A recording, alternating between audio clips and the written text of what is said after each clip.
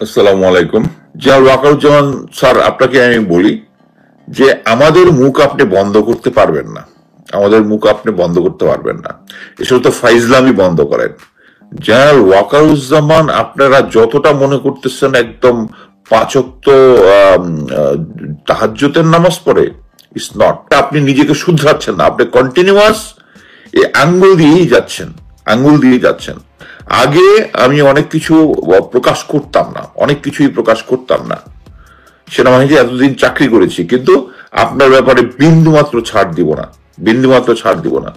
আমি একজন ক্ষুদ্র লেফটেন্যান্ট কর্নেল, রিটায়ার্ড, বিদেশে থাকি। আমার তথ্য অনুযায়ী আমি যে সমস্ত অনিয়ম দেখি, অনিয়মের বিরুদ্ধে কথা বলি।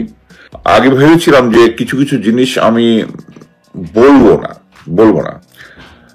সেনাবাহিনীর আমি সবকিছুই বলি না, আমার কাছে যে জিনিসটা এক্সট্রিম পর্যায়ে নিয়ে হয় সেটা। বাট এই জেনারেল ওয়াকারুজ্জামান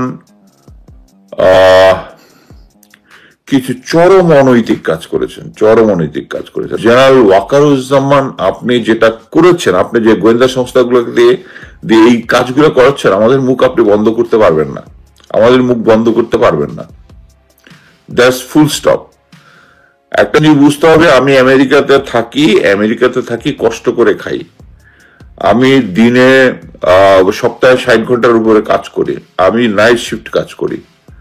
তারপরে এই বিভিন্ন জায়গা থেকে শুনি, বিভিন্ন লোকজনের বক্তব্য শুনি, অ্যাসেসমেন্ট শুনি, আমার নিজের সোর্সের সাথে কথা বলি। তারপরে আমার নিজের দেশের জন্য আমি কথাবার্তা, যেটা ভালো সেটাই আমি বলি, এবং জনগণ আমার কথা শোনে। আপনার সমস্যা হচ্ছে এইটা। বাট একটা জিনিস মনে রাখবেন, জেনারেল ওয়াকার এবং আপনার ডিএমআই, ডাইরেক্টর মিলিটারি ইন্টেলিজেন্স, এই দুটার ব্যাপারে আমি স্পেসিফিক জানি। এই গোয়েন্দা সংস্থাগুলোর পিছনে রয়েছে জেনারেল ওয়াকারুজ্জামান।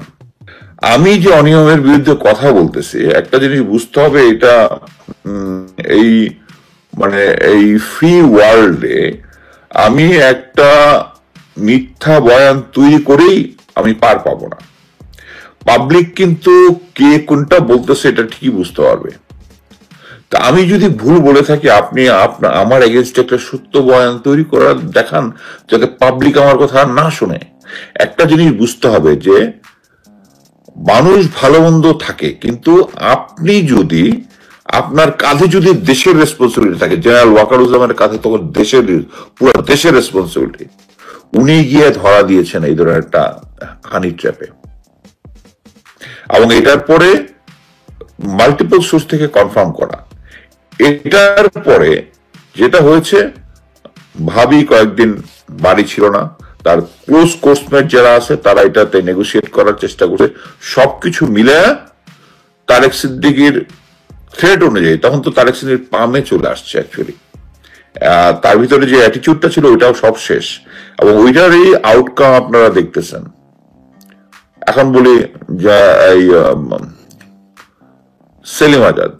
সেলিম আজাদ গিয়েছিল একটা 9 মাসের কোর্সে ইন্ডিয়াতে। ওখানে গিয়ে সে ওই সেম জিনিস সবাইকে যেটা করে, হানি ট্র্যাপ হয়েছে। হওয়ার পরে আমি যে সেলিম আজাদকে চিনি, এখন আর সেই সেলিম আজাদ নাই। আমি তাই সেবা ইউনিট অফিসার, আমি দেখেছি।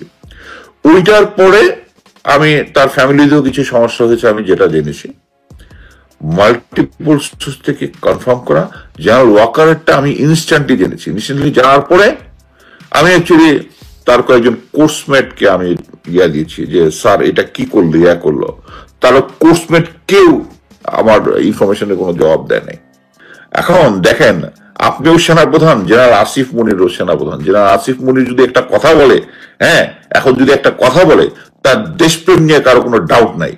আপনার দেশপ্রেম নিয়ে শুধু আমার তো ডাউট না, আমি তো শুধু ডাউট করি না, সবাই করে। কি জন্য?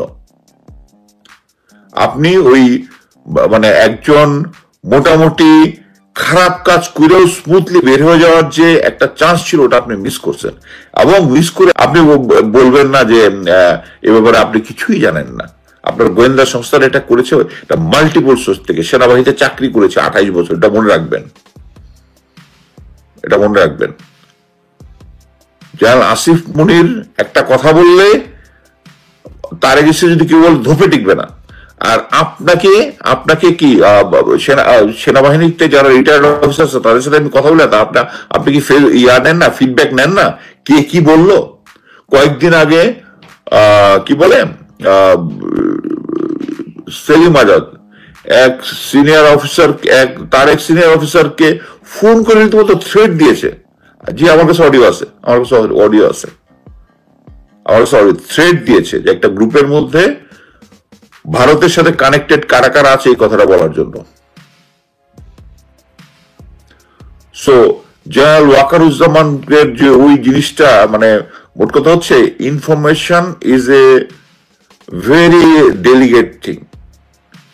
অনেক সময় অনেক ইনফরমেশন আমি যতটুকু জানি অ্যাকচুয়ালি আমার কাছে অনেক লোকজন ইনফরমেশন দেয়, কিন্তু আমি ভেরিফাই না করে কোনো কিছু করি না। জেনারেল ওয়াকারুজ্জামানটা ভেরিফাই ওই 14-15 আগস্টে হয়ে গেছিল। যাক, সে একটা তাহাজ্জুদের নামাজ পড়ে করে সুযোগ, বাট তার সুযোগ দেওয়ার কোনো কিছু নাই। জেনারেল ওয়াকারুজ্জামান ভারতীয় সেনাপ্রধান, ভারতীয় যা শেখ হাসিনা, তারেক সিদ্দিকীর তাদের পালিত কুকুর।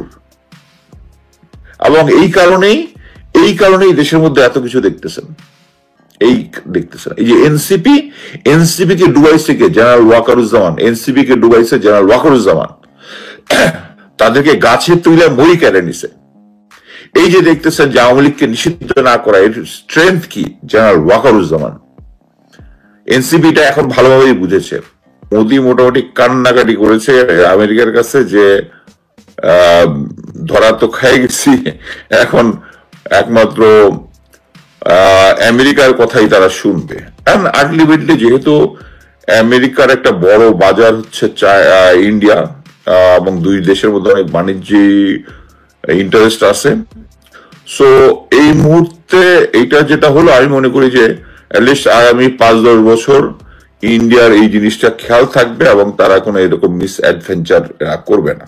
আপনারা সবাই জানেন যে ভারত এবং পাকিস্তানের সিজ ফায়ার হয়েছে। আজকে ভোরে প্রেসিডেন্ট ডোনাল্ড ট্রাম্প একটা টুইট করেছেন। সেই টুইট অনুযায়ী পরবর্তীতে উভয় দেশের সংশ্লিষ্ট যারা আছে, ভারতেরটা দেখলাম বিক্রম মিশ্র একটা স্টেটমেন্ট দিয়েছে খুব মিনমিনে গলায়।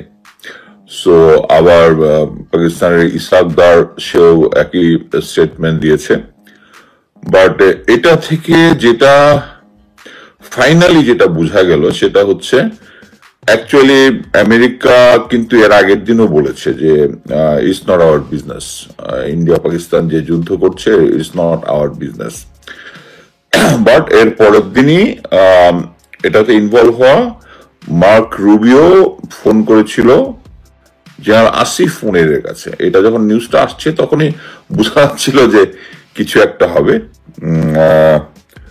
জেনারেল আসিফ মুনির যে পাকিস্তানের জনগণের কাছে এখন রীতিমতো ইজ লাইক অ্যান অ্যাঞ্জেল, যে পাকিস্তানকে স্ট্রং ভাবে নেতৃত্ব দিয়েছে। আমি আমার অ্যানালাইসিসে বলেছিলাম যে পাকিস্তান একটা অ্যাডভান্টেজ করে, যে অ্যাডভান্টেজটা হচ্ছে তারা মিলিটারিরাই এই যুদ্ধের ব্যাপারে মিলিটারি ডিসিশন নিয়ে বেসামরিক ইয়াদেরকে শুধু ইনফর্ম করে।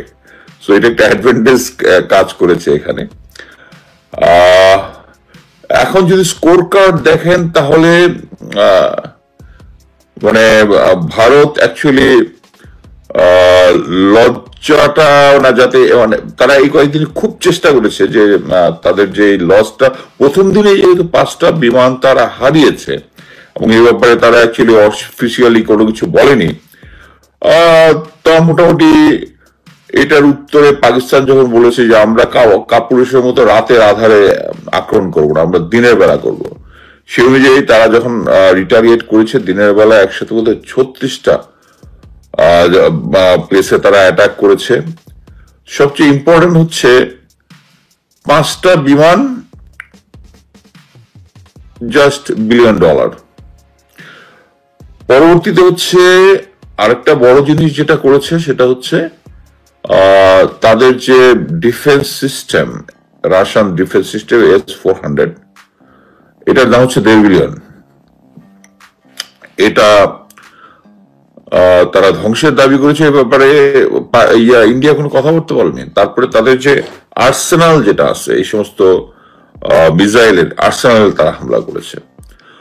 এবং পাকিস্তান মোটামুটি দেখলাম যে তারা মিসাইল গুলা ছোড়ার আগে তাদের মিলিটারির অফিসাররা ইয়ারা একসাথে আল্লাহু আকবার বলে তারা মিসাইল গুলা ছুটছে। আমার কাছে দেখে ইন্টারেস্টিং মনে হলো।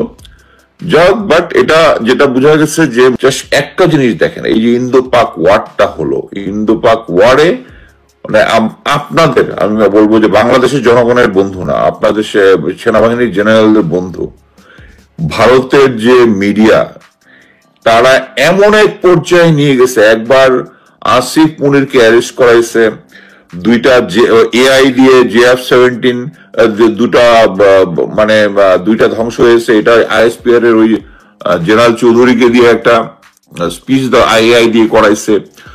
হোয়াট নট, একবার এটা ধ্বংস করতেছে পাকিস্তানের, একদম পাকিস্তান শেষ নাস্তানুবাদ। কিন্তু এই মিডিয়ার কথাকে কিন্তু এই ইন্ডিয়ার মিডিয়ার কথা কিন্তু কেউ বিশ্বাস করে না। সো আপনি এখন দেখেন, এখন জেনারেল আসিফ মুনির যদি একটা স্টেটমেন্ট দেয়, আর তার স্টেটমেন্টের এগেনস্টে যদি কয়েকদিন আগে দেখলাম আমার নামে একটা, আগে যেরকম শেখ হাসিনা আমলে বেরিয়েছিল কে লেফটেন্যান্ট কর্নেল মুস্তাফিজ, এটা নিয়ে আমি লেখি ভিডিও করেছিলাম, একটা ভিডিও বেরিয়েছে। এবং ভিডিওর ফার্স্ট ছবি যেটা, এটা সম্ভবত 2005 বা 2006 আমি আর ব্রিগেডিয়ার সেলিম আজাদ ইউএন মিশনে গিয়েছিলাম। যশোর ক্যান্টনমেন্টে যখন হয়, আমি সৈনিকদের বিকালবেলা সম্ভবত বেতন দিচ্ছিলাম বা কিছু একটা সাইন করতেছিলাম। ওই ছবিটা, মানে প্রথম ছবিটাই দেখি ওটা সেলিম আজাদের তোলা ছবি। আমি একটা জিনিস আমরা জানি যে, আপনারা জানেন যে 8 তারিখে 8ই আগস্ট জেনারেল